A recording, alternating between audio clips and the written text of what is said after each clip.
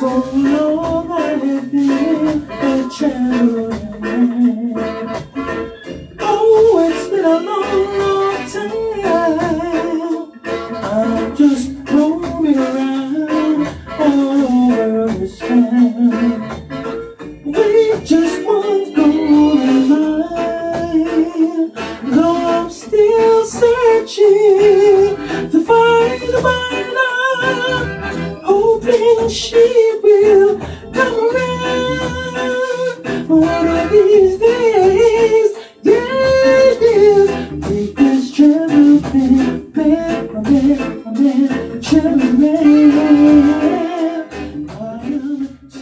all right, ladies and gentlemen, we are back again for part 2 of the original Prince Jr. Last time is what we would call early warm up. So I felt that you were being a little modest as far as your journey. You were being very humble as far as your relationship as it goes with a lot of well-known artists in the reggae community. So we're gonna start from the beginning. We'll start with Bullwacky. I remember you telling me a story of when you first came to America. It was Bullwacky that actually picked you up from the airport. Yes. Yeah. Can you bring us through that? Yeah, well, at the time, there was a lady that used to live at my mom's house, and Lloyd Barnes, who was aka Bullwacky. Okay. He was the one, he was like friends with this lady. So, my mom didn't drive, so it was engineered that he would be the one to pick me up. Okay. In his Tornado. He had a 67 Tornado. Oh, okay. And that's how I fell in love with that with car. Tornado. Oh, that makes sense. Right, and I eventually owned one. Yeah. So, and then after picking me up, Lion Barnes now would come by the house, sometimes and take me out with him to the various record stores. Let me see his sound system. He would take me to parties, like that. So that was the relationship we had. But at the time, being fresh out of Jamaica and in a new environment,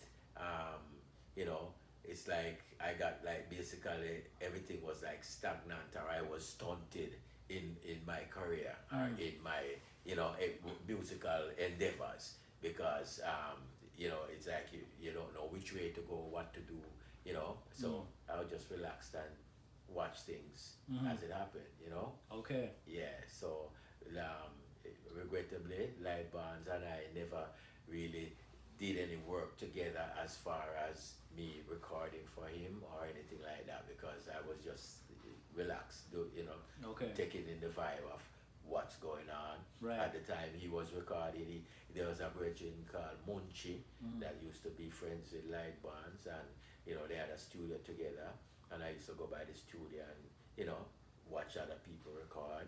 There was an Andrew McCullough, that recorded a nice song called Daffodils. I have a copy of that, but I don't think it was ever released. Oh, okay. Yeah, it was a pretty decent song for the time, at the time, Yeah, and Bullwacky was recording Barbara Leslie. Yeah, we used to blow, I think it was a saxophone Barbara Leslie used to blow. And also he was recording Milton Henry, Little Roy. He recorded Dennis Brown, Okay. a couple of people, And where was it that you actually, where did you first meet, you and Bullwacky? When he picked me up at the airport. That was the first time you guys met? That's the first time we met. Yes, Oh, when he picked okay. me up at the airport. Who and I orchestrated? didn't know who. That was between my mom and the lady who was staying at the And, house. and she knew Bullwacky. Right, Oh, I get right, you now. right, I get you the right. connection. So, Okay. Right. Do you guys still stay in touch at all? Yes, we Okay. do. Okay. We do, yeah. And okay, interesting. And speaking of first time, hosting, coming to America, that's why I said in the beginning you were very modest. I remember in part 1 I had asked you your relationship with Dennis Brown, and I'm like, and you were like, yeah. But it goes much deeper than that, because from what I remember, his first trip to America, you were the one that hosted that. Yeah, well, I didn't host it. Actually, the first trip he made to America, Uh-huh. I think Michael Barnett Oh. was the one that probably hosted that one because he had given him an award. Oh, okay. And I have a picture with me and Dennis Brown receiving that Oh, award. that's the one. Okay, Yeah, okay. right. And yeah, Dennis Brown stayed down by Baychester Avenue and Boston Road. There was a In little the hotel Bronx. right there. Yeah. Right, that's where he stayed. But and then I was the one who was like driving him around. Okay. You know, but I knew Dennis Brown from Jamaica, Right. like I said, because you know he was the one who facilitated me doing the picture on the wall version. Oh, And got you. like that. Got Yeah. you. So that's the basically.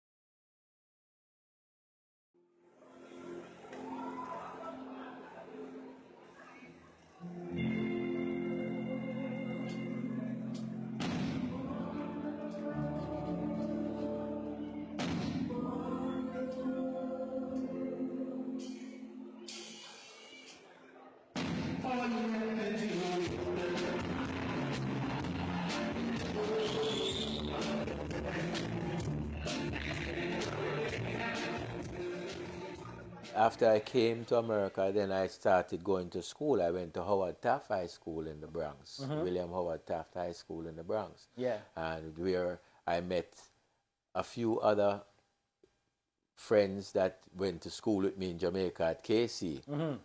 Um, and there I met this other guy called Michael. Don't know his last name. He was doing a little sound called Tipper Tone. Okay. And then so he drew close to me because he knew that I was just coming from Jamaica, and I was used to play the original Tipper Tone in Jamaica. Right, right. So yeah. So we became friends, and Tony Screw now was friends with Mikey. So whenever Mikey played out, sometime Tony Screw, once he started cutting dubs, he would lend Mikey some of the dubs to play. Right. So that's how Tony Screw actually started out with Tipper Tone, playing some dubs for him until, Tony Screw eventually got his own sound. Okay. Yeah, and like I said before, the cutting of the dubs, back then, there weren't many people who were cutting dubs correctly.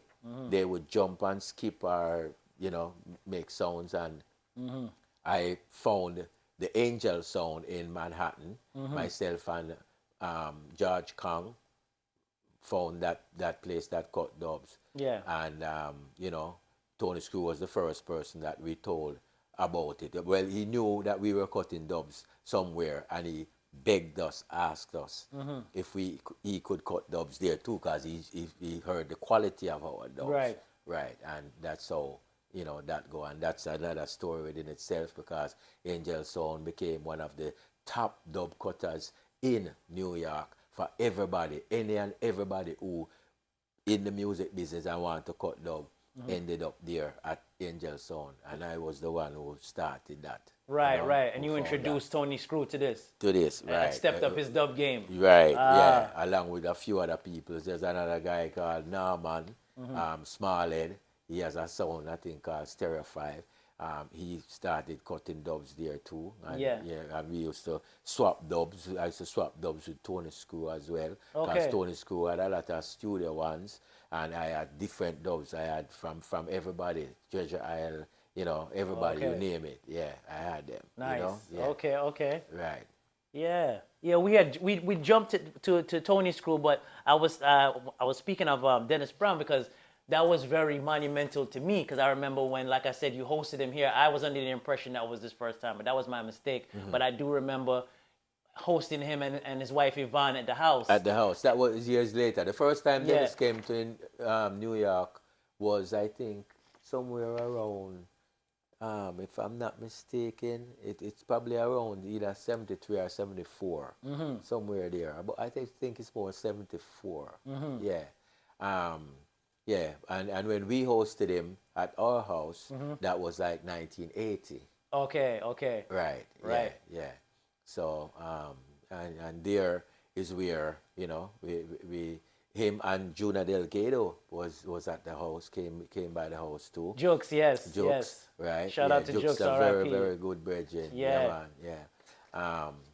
And some other brethren that came from England, Eva and Juba came from England to Dennis Brown, and we all hung out at my house, So, oh, it's a shame you guys didn't record nothing. Right. even right. even in jest, just to have fun, you know what I mean? Right. Well, we had fun there. We were singing in the But you didn't basement, record but we never recorded anything. Man. And that was one of the time, like I said, when I really felt and heard the true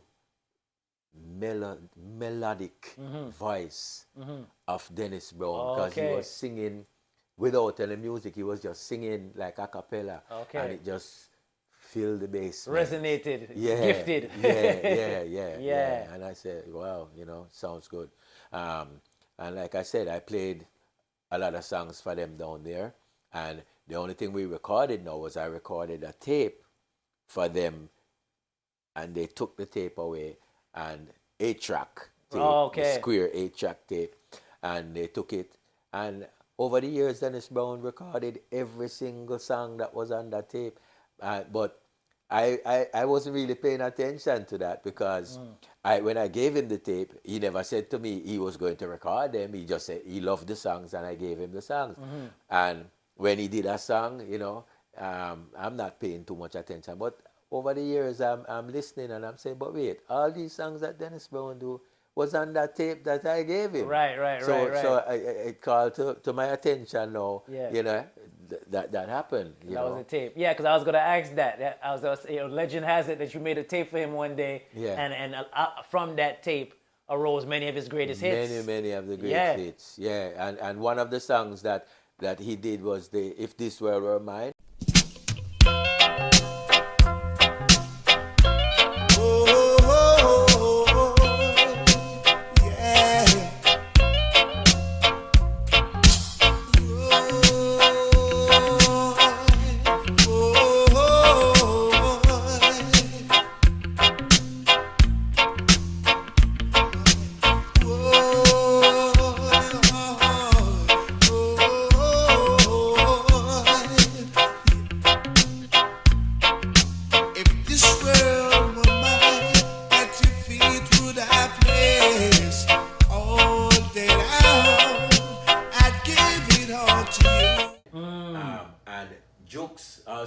And immediately when I played it, both of them wanted to do the song. Yeah. Said it's good. Then he said he's going to do it. Juke said, no, I'm going to do it. And but eventually both of them did it.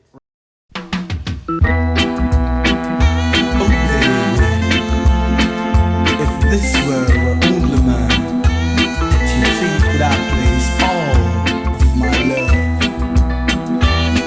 I would give it unto you.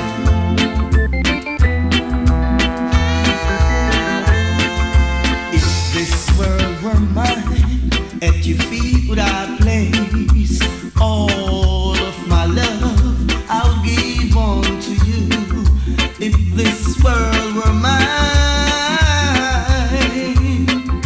if this world were mine, if this world were mine, I would make you a queen with words untold. You have everything. Right. And who was the original artist, or if this one was mine? It's actually an American song, but right. the one that I played for them was Tyrone Evans from the Paragons.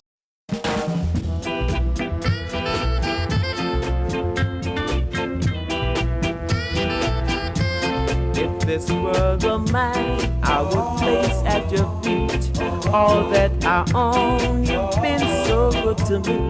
If this world were mine, if this world were mine, if this world were mine, I would make you a queen with words untold. You have everything. For the Paragons. One of okay. the the singers from the Paragon. So it was touched on reggae already. Right, it Yeah. was touched on reggae. Okay. Yeah, and also there was another Tyrone Evans song called How Sweet It Is Yeah. that he re-recorded as well because he liked that song and that was on the tape too. you know? Okay. Yeah, yeah.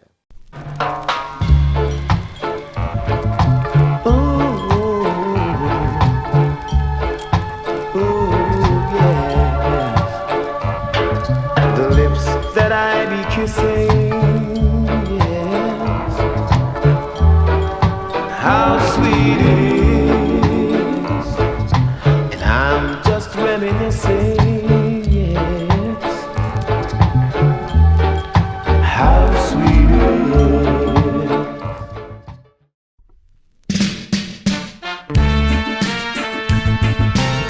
Love, love, love, love. Hey, the lips that I be kissing, how sweet it is, and I'm just reminiscing, my baby, how sweet it is. Yeah, so if you, I don't know if you want me to give you a list of some of the songs now, or you want me to give them to you later on. Some of the songs that. Yeah, we'll circle back and then you know what I mean, and then we'll You can you touch can a play few of them. them. Yeah. Yeah, okay. Let the Sounds people good. hear them. Yeah. Yeah. Another very noteworthy something that I wanted to bring up was legend also has it. You were good friends with Jacob Miller.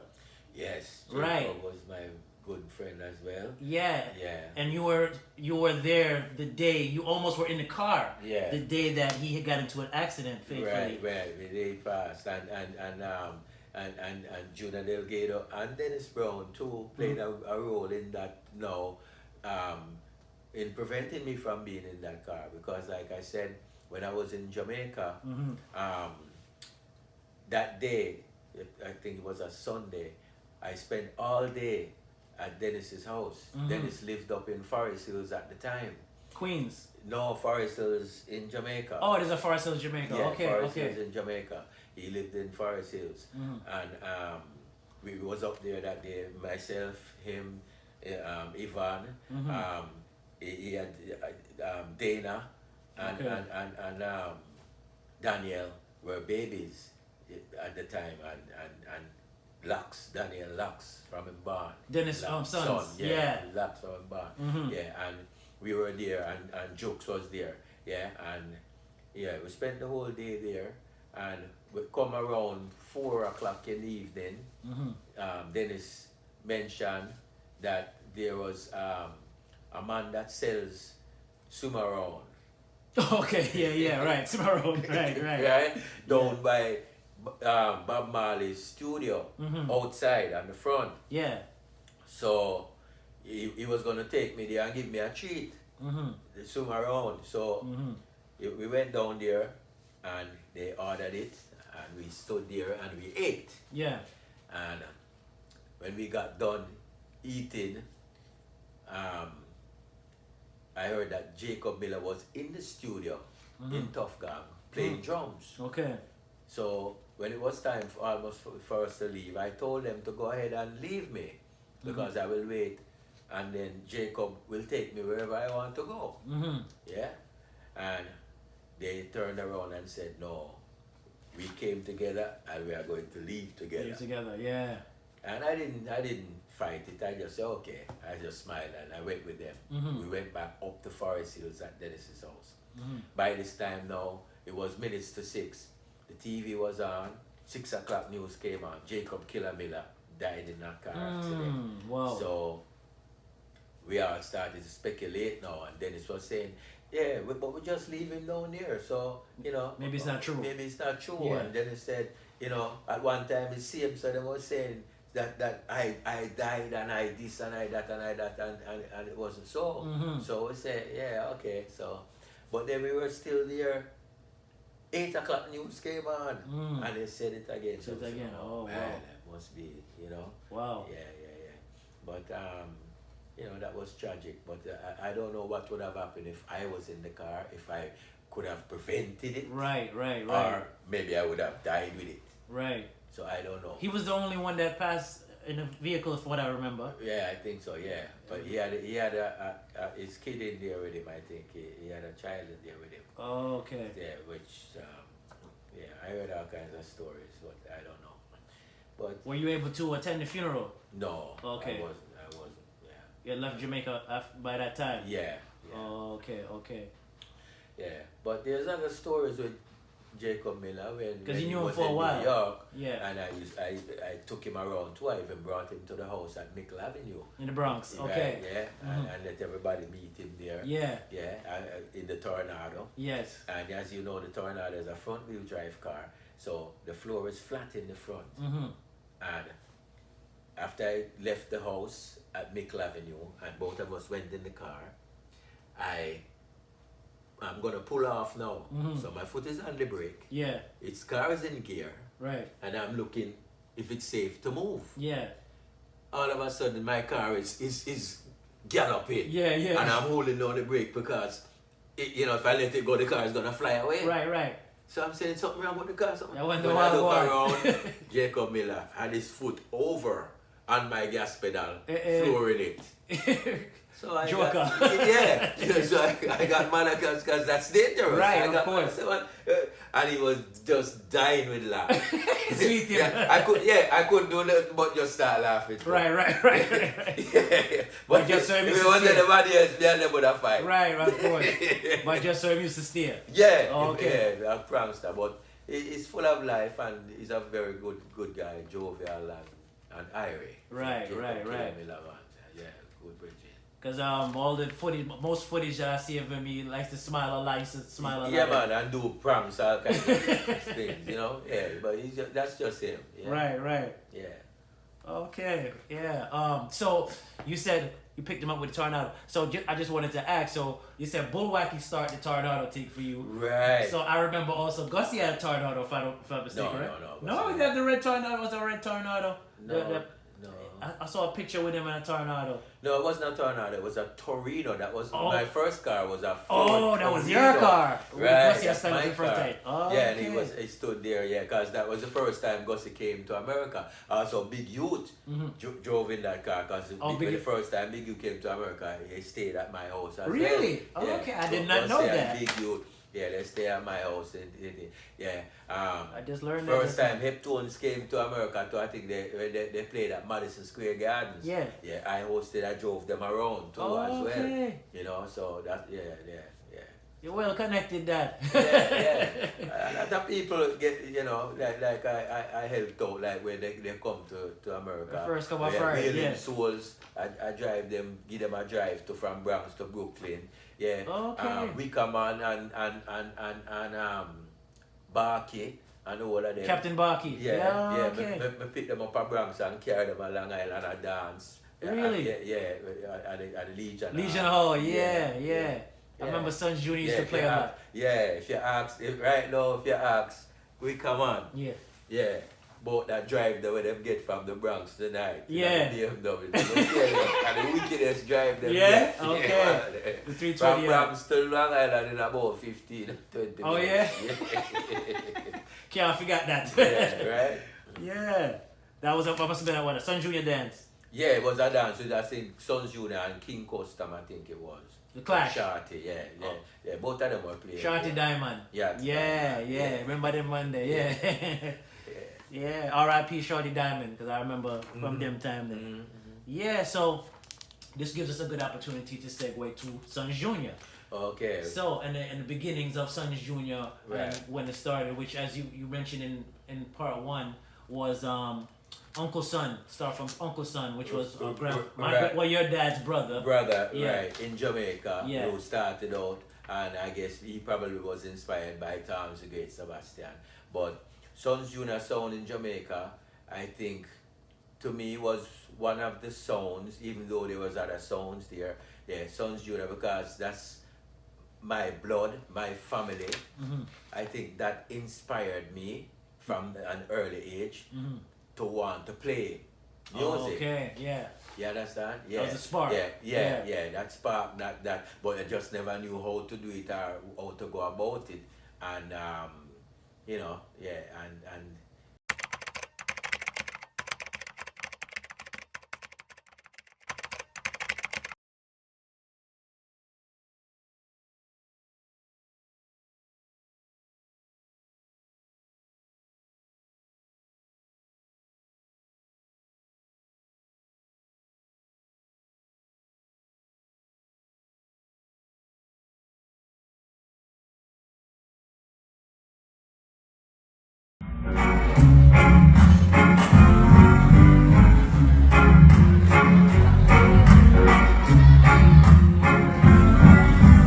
Have a little country, nothing would it be for me but the silver nutmeg and the golden beer alone.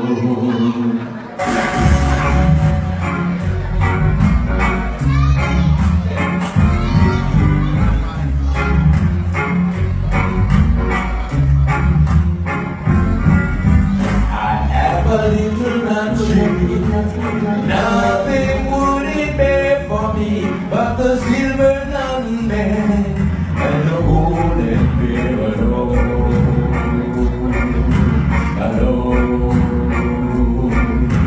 One lovely night in June, when my tree began to bloom, I saw in front of me a girl just like the Queen of May.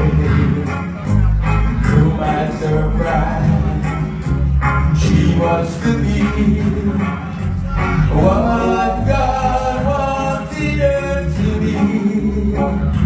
She was to be my lover, you see. So that's how it will be. like I said, Ballbed, Winston James, Anthony James, facilitated that with TNT Discos out of KC 1968. Okay. And we big him up every time for that. Him and Chinlai, Tony Chinlai. Yeah. Tony Chinlai funded the money Okay. to buy the equipment, the speaker and build the amp and stuff to get that going. You understand? So that was a great thing. Sons Junior now in New York, 1972 January. My cousin Cornell Chin and he came to me and said, let's start a New York Sons Junior. And I was quick to say yes, because I needed an outlet after being stagnant for a little while.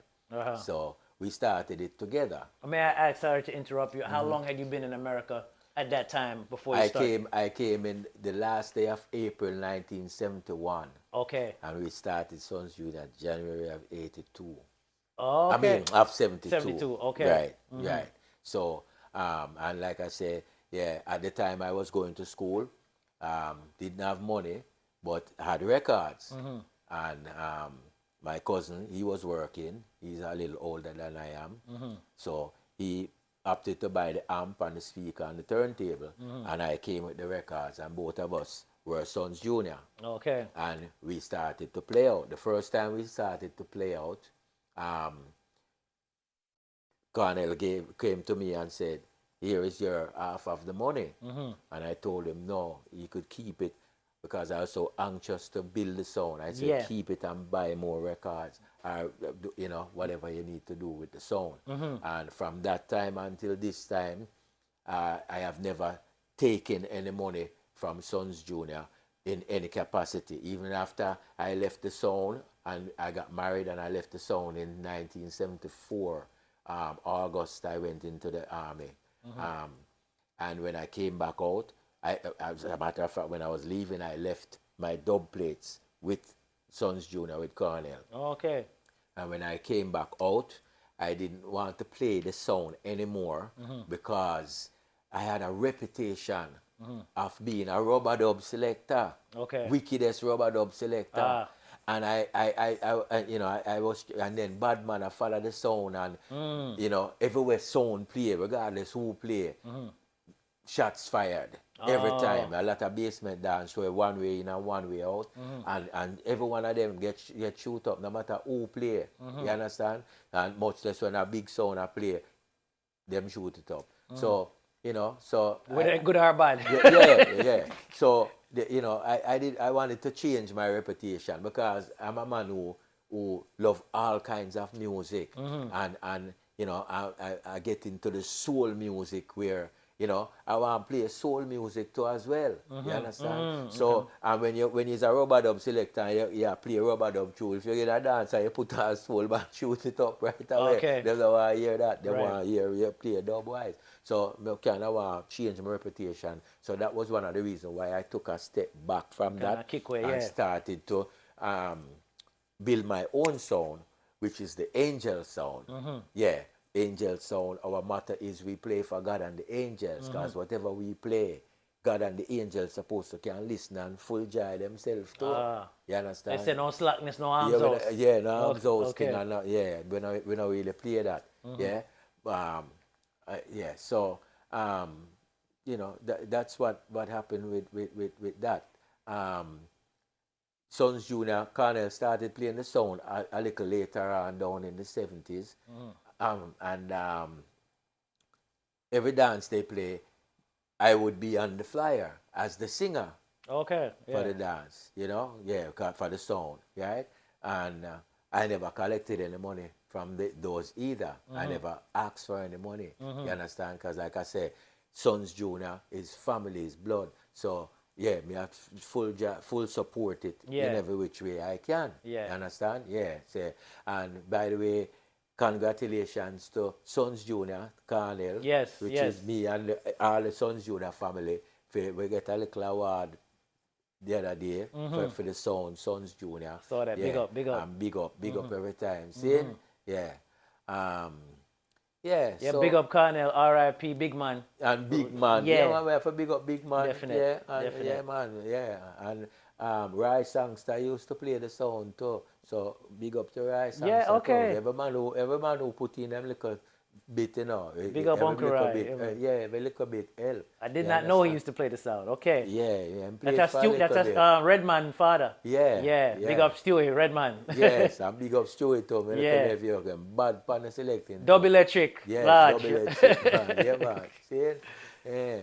And so I saw that go with the sound thing, you know.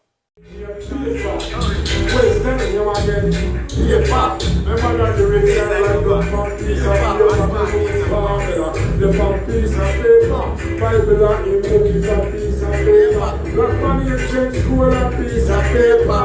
Make sure you got money that piece of paper. Picture the overseas, piece of paper. Receipt and prescription, piece of paper. I'm going to go. Listen. Wherever you go, whatever you do, I will be right here waiting for you. Whatever it takes, whatever I pray, I will be right here waiting for you. Yeah, man, I'm here to Prince Jr. in the house, you know. Yeah, love you, brother. Watch now. Yeah. Nice. Okay. When you first got here to America, right? Growing up, you were always an avid vinyl collector. Where were some of the record stores you would frequent where we used to first purchase a record, and you used to also work at a few of them, for what I remember? Wow, right. Yeah. That's a good one. Okay, well, the first record store I worked at when I came to America was Chin Randy's on Schenectady. Okay. Yeah, Brooklyn. Percy Chin, big up. Yes. See, Percy Chin from Jamaica, me and Percy apart. Okay. Him and Rennie used to have a little sound to name Rennie's Hi-Fi. We used to play Rennie's Hi-Fi too. Yeah. All right, and we and another brother named Bonnie used to always have a fight for play the sound, because he want to play, me want to play.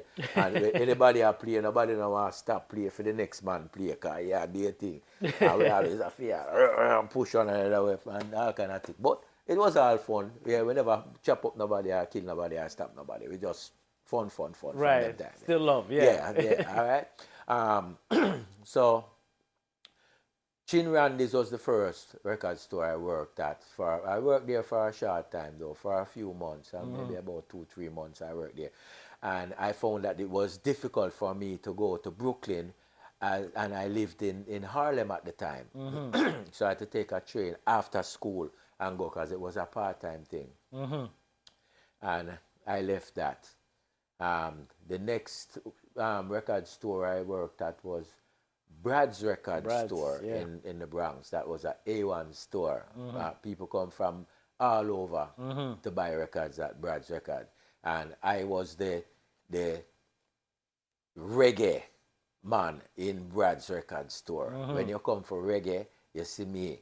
When you come for soul, you see Mikey Barnett. Right? At the time, they used to call him Chincho. He used to play a song named Blue Magic. Right? And they used to play at a club named Lotus at 233rd Street every Friday night, I think it was. Okay, Bronx. Yeah. And Mikey B was the man who actually got me deeply rooted in soul music. Yeah, because believe me, he used to play some soul music where mash up anybody's head. If you love music, mash up when I'm done with you. Right? And likewise, I returned the favor and mash up his head with reggae music and rocksteady and that type of thing. I brought him deep in it too. Right? Excuse me. So that was, and we became very close friends from that, and respect each other in the music like that. Right? Some of the stores that I used to buy records from at the time was one called Andy's Record in the Bronx, and they were down by 169 and Morris Avenue in the Bronx, right? We used to buy at Brad's too, even before I worked at Brad's, and then we used to go, because we go everywhere in every borough to buy a record. There was a record store in Manhattan on 125th Street. It's a Yankee record store, but they used to carry 1 and 2 reggae. We used to go there. Major stores now in Brooklyn. There was Randy's. There was Coxon. There was one called Musicland. Okay. Right? There was Striker. I think Strikers. Manhattan, same way? No, in Brooklyn. Oh, Brooklyn. These Okay. Well, Brooklyn. Sorry. Yeah. Right. And then there was one that Jermaine used to work at on Donovan. Donovan Jermaine. Okay. Yeah, he used to work at a record Big up store. Penthouse, yeah. Yeah, not Penthouse. He used to work in this record store. I forgot what the record store name now. But no, Donovan Jermaine from Penthouse though. Yeah. That's why I said big up Penthouse. Donovan Jermaine, yeah. You know, but at the time he didn't have a label or anything. He right, just of course. At the record store. Yeah, and they used to put out, get some night. And at the time, to Gussie Clark used to be exporting music to Jermaine from Jamaica. So that record store had a lot of records, pre-release, one of my advantages when I was working at Brad's record store was the fact that when you work in a record store, you get a lot of one-away records that people will come in, certain producers would come in with a certain amount of records. And once those records are sold, they never come back with any more. Maybe just because of their finances, they couldn't afford to press anymore, or whatever the reason. So you get, if you didn't get from that batch, you're not gonna get. Yeah. So, and then again, some of these producers, when they come with the records, because you work in a record store, they will, some of them will give you a copy of the record. So that helps you along with one less record to buy. Right, true. One less record to buy. You understand? So Winston Riley from Techniques label, he used to sing in Techniques group as well. I never buy his records. He would give me records. Clement Coxon Dad, Studio One. Right. I never buy Studio One. I would get Studio One. I go to the record store and they would just give me records. Nice, Just give me nice. records. Okay. Which was I'm very appreciative of that. Of because course. because that he puts a lot of records out and I course. couldn't afford to buy all of that. Right, You know what I right. mean? So which goes without saying, your Studio One collection is It's well heavy. well heavy, right? Bulwark is. I Yeah. never buy Bulwark Okay. record as well. Yeah, I Right. used to get them. Who else? Roman Stewart produced himself too, because he had a song out called Sing a Hit Song that he came out with. And that was another thing. Brad's was the record store that sold the most copies of that record. Roman And, Stewart. yeah, and he didn't produce a lot. So whatever was sold, if you never get any, you don't have any. You're Okay. not gonna get it. You understand? Right. So yeah, and And we can't leave out the Bronx. You can't leave out Moody's. well, Moody's wasn't there at the time. I wasn't there at the time. No. Okay. Brad's was way before Moody's then. Way before. Oh, okay. The story History. behind that is Yeah. when I used to work at Brad's, I went back in the army in 1978. And it's when I leave to go in the army in 78, Moody's took my place in Brad's record store. Really? So, Okay. so I made way for Moody's. For Moody's. Oh, okay. So Moody's worked in Brad's in record store before he opened his own store. Moody himself. Right. Yeah. Okay. Also, Mikey Barnett, when Mikey Barnett and I used to work in Brad's, you know, Brad's was a kind of tight man with money, right? So, as much work as we were doing, he wasn't paying us, you know, fairly. Fairly. Okay. Yeah, you know, as opposed to the amount of records that we are selling. Right. Right. So eventually, Mikey Barnett decided to open his own record store up by 225th Street. Okay. And that's before Moody's too, you understand? And I used to work up there because both of us left Brad's and went to work. And the name of that record store was, you remember it? Blue Magic. That was Blue Magic. Okay. Yes, Blue Magic. Right. Yeah, so, yeah, so, you know, and I think I have one of the biggest records in selling, in sales, in Brad's record. There was a man came in there one night, sorry, from Connecticut. Don't remember his name. He owned a record store in Connecticut, Hartford. Upstairs, I think he said, was the record store, and downstairs was the appliance store, or vice versa. I don't remember quite, but he had an appliance store and a record store. So he came to buy records wholesale. And before he left out, he came in at 8 o'clock the night. Brad's closed at 9. At 9:30, he was still in the record store. I'm selling him records. Sorry. He ran out of money when he was up to like about $1,100. Which is a lot back then. Yeah. And remember, he's not buying over the counter, he's buying wholesale. Wholesale, okay. When he got to $1,100, I'm still coming with record for him to buy. Yeah. And he didn't have any more money. So he asked Brad if he could give him a check. And Brad said, yeah, sure. So he went out to his van, came back in with his checkbook. And by the time I finished him up, he was like $1,300 and something dollars. Yeah. He gave Brad like 11 cash and the rest he wrote in check. So when we were leaving now, store lock and ready, everything, we're leaving. As soon as I went outside, the man called me and said, how much this man paying you? I go and pay you double. And you come work for me. He's a man like you, I want to work in my record store. Okay. Yeah. I said, but I don't know anybody up there. I wouldn't, you know. I said, I will find a place for you for live What? and all that, everything. But that wouldn't happen because, you know, me was a Bronx man at the time. Right. So I wasn't going to leave. I'm going away. All my friends were there. And things. Right. You know, just to show the level of what we were doing. Right. And our competence in handling the counter. Right. Because when you work in a record store at a counter, you have to be very knowledgeable in music. And you're going to gain some knowledge as well, because sometimes people will come in there and ask for stuff that you really don't know anything about. And you have to find it.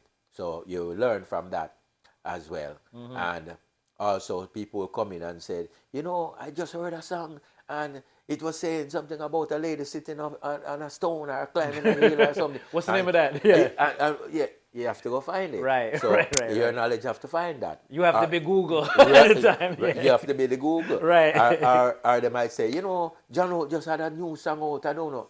You have to find it. Right, you know, right. like that. So, you know, you have that advantage. Yeah. You know, yeah. Quick on your feet. Working Yeah.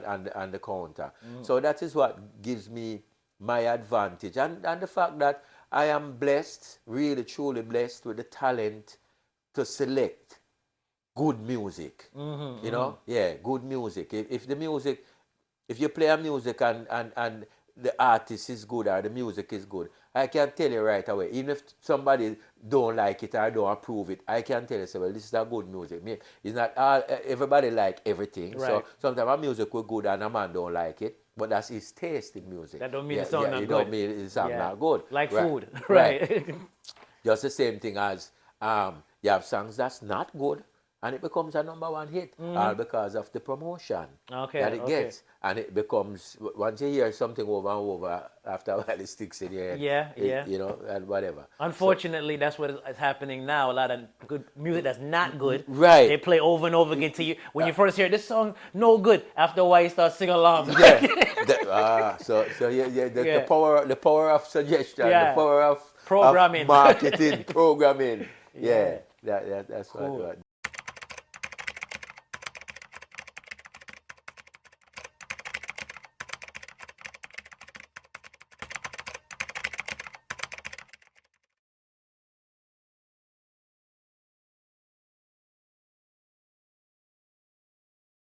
So this is an honor for me to be able to dedicate this honoring of Prince Jr., known to many, Mr. Bankrupt Chin, but better known as Prince Jr. Angel Sounds.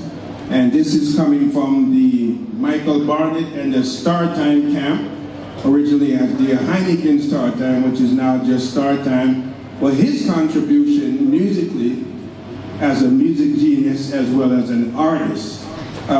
50 plus years in business. I'm going to unwrap it and then I will read from it. This is it here, Star Time. Contribution, and for honoring Mr. Prince Jr., step up.